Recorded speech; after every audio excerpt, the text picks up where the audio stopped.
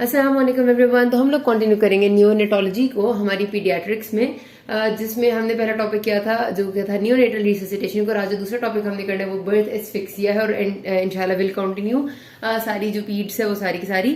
अच्छा, अब आपका ना एक जहन में रखना कि नियोनेटोलॉजी अगर आप उससे करते हैं ना परवेज अकबर से, जो आपकी बुक है दैट इज रिकमेंडेड, तो काफी ज्यादा होती है लिखी हुई। मैं यही कहूंगी, रिकमेंड करूंगी कि आप एक दफा पढ़ें जरूर नियोनेटोलॉजी को, क्योंकि ये एक ऐसी चीज है जो कि बिल्कुल डिफरेंट है आपकी मेडिसिन से। बाकी पीड्स आपकी सारी मेडिसिन से मिलती जुलती है, ये थोड़ी सी डिफरेंट है, तो आप इसको जरूर पढ़ें। लेकिन जो टॉपिक्स आपके आया ज्यादा करते हैं ना वो कुछ चंद ही है, और मैं कराऊंगी भी उन्हीं को, क्योंकि इस तरह देखा जाए तो काफी ज्यादा लंबा टाइम लग जाएगा और हमसे कवर कुछ भी नहीं हो पाएगा। ठीक है, तो आपके जो आने वाले टॉपिक्स है जो उनमें से कम भी आते हैं मैं वो भी आपको कवर करा दूंगी फ्रॉम द नियोनेटोलॉजी। तो आपने इसलिए ध्यान से उनको लाजमी करना है, कम से कम अगर आपके पास टाइम नहीं है तो। उसमें एक टॉपिक बर्थ एस्फिक्सिया भी है। बर्थ एस्फिक्सिया ने की क्लिनिकल इंपॉर्टेंस बहुत ज्यादा है, ये आपको आना इसलिए चाहिए कि इसकी ऑस्पी में और इसकी आपके वाइवाज में ज्यादा इंपॉर्टेंस है एमसीक्यू में किसी हद तक एज कम्पेयर टू एससीक्यू, क्योंकि इसमें से आपका जो क्लिनिकल पोर्शन है ना वो ज्यादा होता है। क्लिनिकल चीजें ज्यादा होकर ऑस्पी और वाइवा की चीजें में आती है, ठीक है, उसमें आ जाती है। तो आपने इसको जरा ध्यान से सुनना है। अब अगर फिर वही बात है, बुक में ना परवेज अकबर की मैं बात कर रही हूँ, उसमें ये लंबा टॉपिक लिखा हुआ है काफी, आप उसको बेशक रीड जरूर कर लें, लेकिन उसमें से कुछ ही 2-3 चीजें हैं जो आपने बस जहन में पक्की बिठा लेनी है, अभी अभी ही बिठा लेनी है, उनको नहीं भूलना। बाकी टॉपिक को आप चाहे देखें ना देखें, डजेंट मैटर, जो बताऊंगी वो आप याद रखेंगे, ठीक है। अच्छा, पहली बात तो आपने स्टार्ट इसी बात से करनी है कि बर्थ एस्फिक्सिया। एस्फिक्सिया का ही मतलब आपको अच्छे से पता होना चाहिए कि एस्फिक्सिया क्या है, हाइपोक्सिया क्या है, ठीक है। एस्फिक्सिया का मतलब होता है कि जब आपको ऑक्सीजन नहीं मिलता है ड्यू टू एनी, नॉर्मली ये कहा जाता है due to any structural malformation, या फिर आप कह लें कि मैकेनिकल कोई मसला होता है, कोई ऐसा प्रॉब्लम है कि ऑक्सीजन अंदर ही नहीं जा रहा, ठीक है। एक तो होता है ना कि ऑक्सीजन अंदर ब्लड में है लेकिन टिश्यूज को नहीं मिल रहा, वो एक अलग बात होती है। एस्फिक्सिया का वर्ड हम तब इस्तेमाल करते हैं जब हम कहते हैं जनरली कि ऑक्सीजन की सप्लाई अंदर नहीं जा रही इनसाइड द लंग्स। ज़ाहिर लंग्स के अंदर ऑक्सीजन नहीं जाएगा तो वो पूरी बॉडी को ऑक्सीजनेट नहीं कर सकता, ठीक है।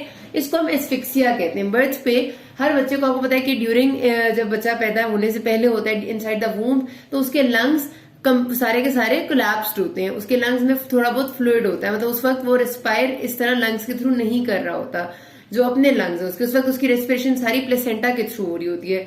लेकिन जैसे ही वो आउटसाइड एक्सटर्नल एनवायरनमेंट में आते हैं तो फौरी तौर पर वो जब पहली अपनी ब्रेथ ही लेता है तो उसके लंग्स के अंदर ऑक्सीजन जाती है, लंग्स एक्सपैंड करते हैं, और सारा का सारा उस वक्त सिलसिला इन लंग्स के एक्सपेंशन से स्टेब्लिश होता है। एक तो ये कि उसकी बॉडी अपने लंग्स, उसके फंक्शनिंग होते हैं, सरफेक्टेंट सारा स्टेब्लिश होता है, और उसके साथ ये अपनी बॉडी की ऑक्सीजनेशन और लंग्स के अंदर जो उसका उस वक्त ऑक्सीजन जाती है, लंग्स के अंदर ब्लड फ्लो ज्यादा शुरू हो जाती है, उसका सारा का सारा ताल्लुक होता है आपके हार्ट से, फीटल हार्ट से, क्योंकि लंग्स में ये ऑक्सीजन जब स्टेब्लिश होगा, लंग्स के अंदर जो ऑक्सीजनेशन वेंटिलेशन का प्रोसेस शुरू होगा, तो ये जो फीटल हार्ट के अंदर आपको पता है कि एक सुराख होते हैं, एक होता है फोरामेन और वेल, और एक होता है इधर बाहर की तरफ डक्टस आर्टीरियोसिस, जो कि कनेक्ट कर रहा होता है आपकी एओर्टा को विद द पल्मोनरी वैस्कुलेचर। तो ये दोनों क्लोज ही तब होते हैं जब आपका प्रेशर्स जो है वो नई तरह से बनते हैं। ये सारी बात बताने इसलिए जरूरी है ताकि आपको पता चले कि कितनी ज्यादा इंपॉर्टेंस है कि बच्चे ने पैदा होते सार फौरन से क्राई करना है। वो क्राई करना, वो रोना इस बात की निशानी कि वो एक्टिवली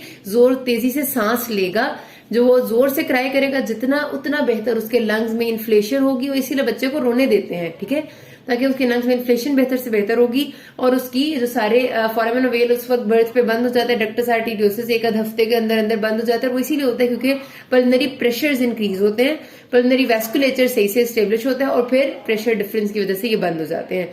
अदरवाइज सारे के सारे, एक तो ऑक्सीजनेशन जो नहीं होगी ब्लड की, क्योंकि जाहिर है बच्चा सांस नहीं लेगा तो ऑक्सीजन नहीं मिलेगा पूरी बॉडी को, उससे अलग किस्म के मसले होंगे, और ये हार्ट की जो एनोमलीज है ये भी अपनी जगह पेटेंट रह जाएंगी।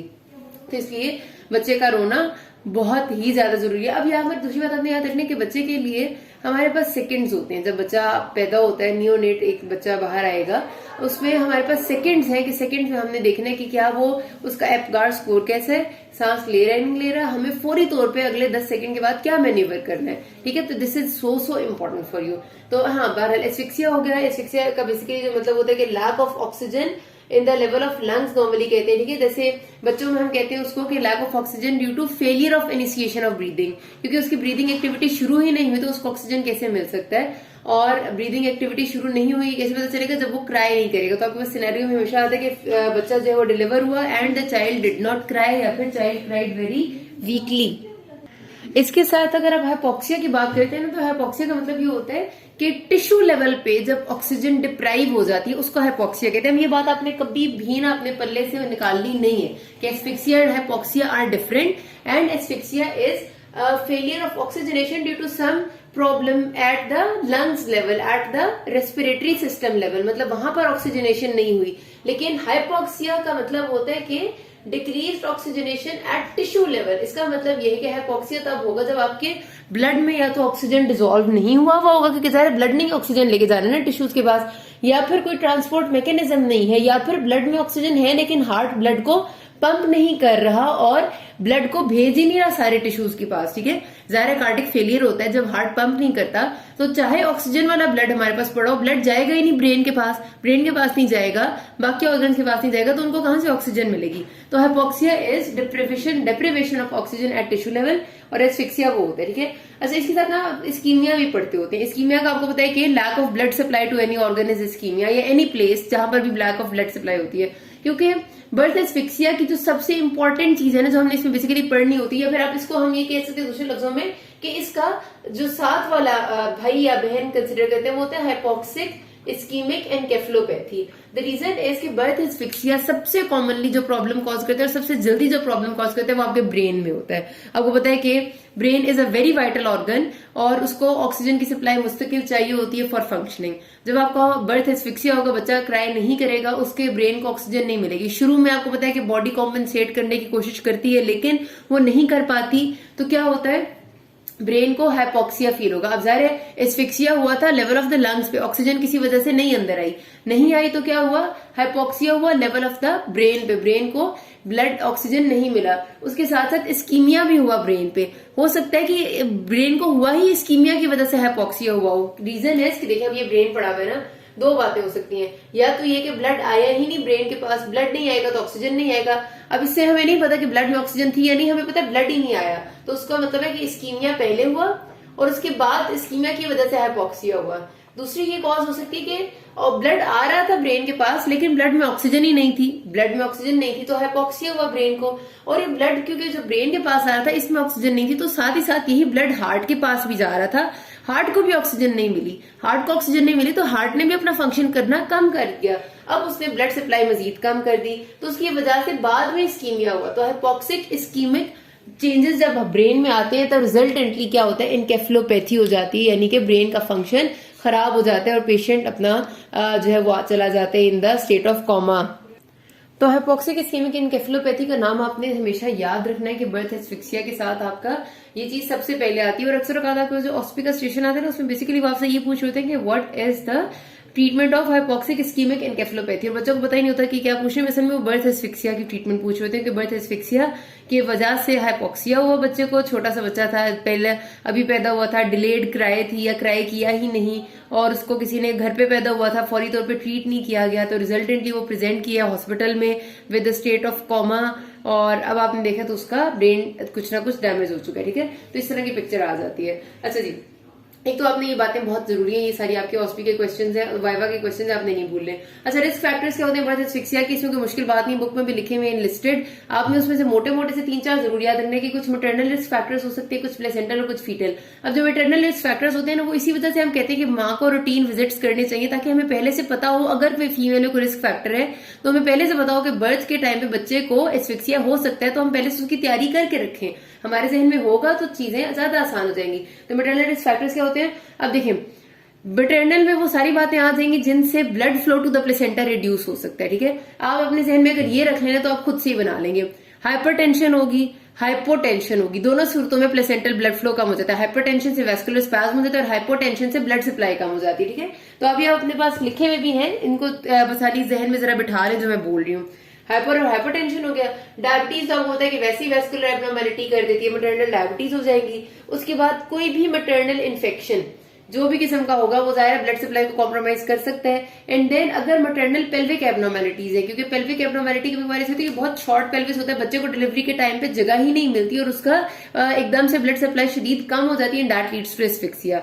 तो ये बड़ी इंपॉर्टेंट कॉज है, ठीक है। और एक होती है चीज जिसको हम कहते हैं यूट्राइन टेटनी, जिसमें क्या होता है कि इतना ज्यादा ऑक्सीटोसिन मदर में रिलीज होता है कि उसकी वजह से यूट्रस बहुत सिवियरली कॉन्ट्रैक्ट करता है और उसकी वजह से बच्चा बेचारा कॉम्प्रेस हो रहा होता है बीच में, ठीक है, उसकी सर्कुलेशन जो रिड्यूस हो जाती है। तो ये सारे कॉजेज है मैटरनल कॉजेज। तो जाहिर है हमें पहले से अगर पता है कि डायबिटीज है, हाइपरटेंशन है, तो we can predict. Placental causes ये है कि अगर आपको पता है एब्रेप्शियो प्लेसेंटा हो, एब्रेप्शियो प्लेसेंटा का मतलब होता है कि प्लेसेंटा बन जाता है इनसाइड द यूट्रस। अब definitely it is a very emergency type of condition जो बन सकती है, क्योंकि यूट्रस के अंदर प्लेसेंटा नहीं होता नॉर्मली, तो ये आपका एस्फिक्सिया कर सकता है, ठीक है। एंड देन अगर कोई भी प्लेसेंटल इनसफिशिएंसी की कॉज है, फीटल कॉजेज में आ जाते हैं कि कहीं पर यूट्राइन जो आपकी वो एम्बलाइकल कॉर्ड है कहीं पर वो कंप्रेस हो रही है, बच्चे को एनीमिया है, बच्चे को ड्यूरिंग इंट्रा यूट्राइन लाइफ को इन्फेक्शन हो गया, या बच्चा मेच्योरिटी में ज्यादा चला गया, मतलब पोस्ट मेच्योरिटी में हो गया, या फिर उसकी प्रेजेंटेशन एबनॉर्मल है, मतलब उसका जो लाई है वो हेड पहले नहीं है बल्कि उसका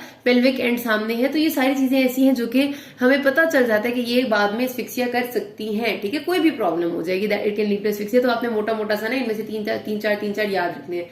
पैथोफिजियोलॉजी में आपने काफी लंबी सी लिखी हुई आपको मिलेगी, लेकिन आपने 4 चीजें ना पल्ले से बांध लेनी, वो नहीं भूलनी। सिर्फ इतनी सी कि आप देखें, जब भी अगर इस सारे को ऐसे भूल के 1 मिनट के लिए याद रखें कि जब कभी किसी जगह पर ऑक्सीजन नहीं होता बॉडी में, तो आपको पता है कि हर पंप हमारी बॉडी में, हर चीज हमारी बॉडी में ऑक्सीजन से चल रही है। जितना भी सारे बॉडी के प्रोसेस है उनमें सबसे जो एनर्जी सप्लाई है वो एटीपी की है ना, ये बात तो आपको पता ही है। और एटीपी साहिबा जो है वो आपको पता है कि बहुत ज्यादा जनरेट होती है जब आपका पूरा का पूरा प्रोसेस चलता है जो कि एनर्जी जनरेटिंग प्रोसेस है। अब जाहिर है ऑक्सीजन ना हो तो वो प्रोसेस नहीं हो सकता। उसमें से आपको याद होगा तो सिर्फ जो ग्लाइकोलिसिस था, पहले वाला प्रोसेस था, वो ऑक्सीजन के बगैर भी हो जाता है, बाकी सब ऑक्सीजन डिपेंडेंट है। और अगर ऑक्सीजन नहीं होती तो हम कहते हैं कि एनएरोबिक रेस्पिरेशन स्टार्ट होती है बॉडी में। और एनएरोबिक रेस्पिरेशन में क्या होता है कि ग्लाइकोलिसिस के बाद आपका लैक्टिक एसिड बनने लग जाता है, ठीक है। अब इससे 2 मसले हो रहे हैं। लैक्टिक एसिड थोड़े टाइम के लिए तो बॉडी को एनर्जी प्रोवाइड कर सकता है, लेकिन एक तो ये कि बॉडी में एसिडिक स्टेट ज्यादा कर देगा। एसिडिक स्टेट ज्यादा करेगा तो बॉडी में मेटाबॉलिक एसिडोसिस हो जाएगा। लैक्टिक एसिड के एक्सेस की वजह से मेटाबॉलिक एसिडोसिस होने का मतलब ये है कि बॉडी में एक एसिडिटी की स्टेट बन गई और बहुत सारे प्रोसेसेस इस मेटाबॉलिक डिरेंजमेंट की वजह से शट डाउन हो जाएगी, ठीक है। तो पहली चीज तो ये ऑक्सीजन नहीं हुआ, ग्लाइकोलिसिस से आगे हम उस पर नहीं जा सके, इलेक्ट्रॉन ट्रांसपोर्ट चेन और जो हमारा क्रेब्स साइकिल था, एटीपी नहीं बन सकी, एनर्जी नहीं होगी, पहली बात ये। दूसरी बात एसिडिक हो गया। अब एटीपी नहीं बन सकी, एनर्जी नहीं है, तो आप समझे कि सारे प्रोसेसेस शट डाउन हो गए। जितने हमारी बॉडी में पंप्स थे, मेम्ब्रेन डिपेंडेंट, जितने भी एटीपी डिपेंडेंट पंप्स होते हैं, सोडियम पोटेशियम और कैल्शियम, और वो सारे जो सेल्स के अंदर पोटेशियम को रखते हैं, सोडियम को बाहर रखते हैं, वो सब डिस्टर्ब होंगे। सारी की सारी पोटेशियम, कैल्शियम और मैग्नीशियम और सारे इलेक्ट्रोलाइट्स की जो बैलेंस था वो सब खराब हो जाएगा। वो सब खराब होगा तो सेल्स आहिस्ता आहिस्ता नेक्रोसिस और बर्स्टिंग की तरफ आ जाएंगे। ब्रेन की बात करें तो पर्टिकुलरली ब्रेन में क्या होगा कि शुरू में सेरेब्रल ब्लड फ्लो एकदम से इंक्रीज होती है। जब हाइपोक्सिया होता है ना तो ब्लड अपनी कोलैटरल सर्कुलेशन को एस्टेब्लिश करने की कोशिश करता है, लेकिन थोड़े टाइम बाद जाहिर सी बात है कि वो भी एग्जॉस्ट हो जाएगी डेफिनेटली, क्योंकि ऑक्सीजन नहीं है। As a result blood flow decrease करता है, सेल्स के अंदर से फ्लूइड बाहर आने लगता है, सेरेब्रल एडिमा हो जाता है, ठीक है। तो ये ब्रेन में चेंज होती है। हाइपोग्लाइसीमिया हो जाएगा क्योंकि जितना ग्लूकोज था वो यूटिलाइज हो रहा था एक्सेसिवली, लेकिन अब कैसे यूटिलाइज हो उसको तोड़ने के लिए भी हमें एनर्जी नहीं है हमारे पास। हाइपोटेंशन हो जाएगी क्योंकि डेफिनेट सी बात है किसी जगह को ऑक्सीजन नहीं मिल रही, तो रिजल्टेंटली आपका एस्फिक्सिया की वजह से वाइड स्प्रेड डैमेज आता है, ठीक है। तो वाइड स्प्रेड डैमेज या कॉम्प्लिकेशंस ऑफ बर्थ एस्फिक्सिया की अगर हम बात करें तो आपने हमेशा स्टार्ट सीएनएस से करना है। मैं भी डायग्नोसिस बताती हूँ कि कैसे करना है, लेकिन सीएनएस से स्टार्ट ऐसे करेंगे। या आपने ना सारे सिस्टम्स के नाम लिख लेने हैं और आपने इनमें से एक एक बात याद रखनी है। ये आपसे पूछते होते हैं इसलिए मैं आपको बता रही हूँ। जैसे सीएनएस में से आप कभी भी नहीं भूलेंगे, 1-2 चीजें मैंने आपसे कहा कि याद रखनी है कि पेशेंट को सबसे पहले इनिशियली जब आता है ना बच्चा तो उसको सीजर्स हो सकते हैं, क्योंकि खासतौर पे जो टर्म, एक बात याद रखना कि एट टर्म जो बच्चा पैदा होगा और जो प्री टर्म होगा उसमें थोड़ा बहुत डिफरेंस होगा। प्री टर्म वाला बच्चे को सीजर्स इतनी जल्दी डेवलप नहीं होते, बल्कि उसको ना वो लेथार्जिक और अनकॉन्शियसनेस की स्टेट पे चला जाता है। लेकिन जो टर्म बच्चा होता है यानी कि अपने टाइम पे पैदा हुआ होता है उसको ज्यादातर, क्योंकि जब उसके एस्फिक्सिया होता है ना उसको पैरासेजिटल एस्फिक्सिया हम कहते हैं।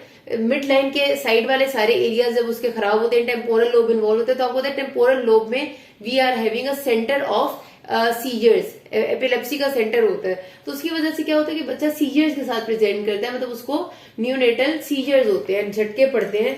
उसके साथ फिर Aahista Aahista cerebral oedema develop होगा एंड देन वो पूरा फिर कॉमा में चला जाता है, ठीक है। तो सीजर्स एंड सेरेब्रल एडिमा इसमें से आपने नहीं भूलना, ये बहुत इंपॉर्टेंट है। किडनी में याद रखना है, बाकी सारी चीजों को आप खराब करते हैं। किडनी में क्या है कि ज़ाहिर है कॉर्टिकल नेक्रोसिस है, किडनी का कॉर्टेक्स खराब हो रहा है। रेस्पिरेटरी में याद रखें एक्यूट रेस्पिरेटरी डिस्ट्रेस सिंड्रोम है। मैं बस एक एक चीज बता रही हूँ, वो नहीं भूलनी, ठीक है।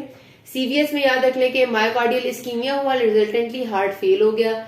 जीआईटी में आप याद रख लें कि जो मोस्ट इंपॉर्टेंट इसकी कॉम्प्लिकेशन होती है वो नेक्रोटाइजिंग इंटेरोकोलाइटिस होती है, ठीक है। आहिस्ता आहिस्ता जो आपकी नेक्रोटाइजिंग इंटेरोकोलाइटिस में क्या होता है कि inflammation and necrosis of the gut, ठीक हो गया।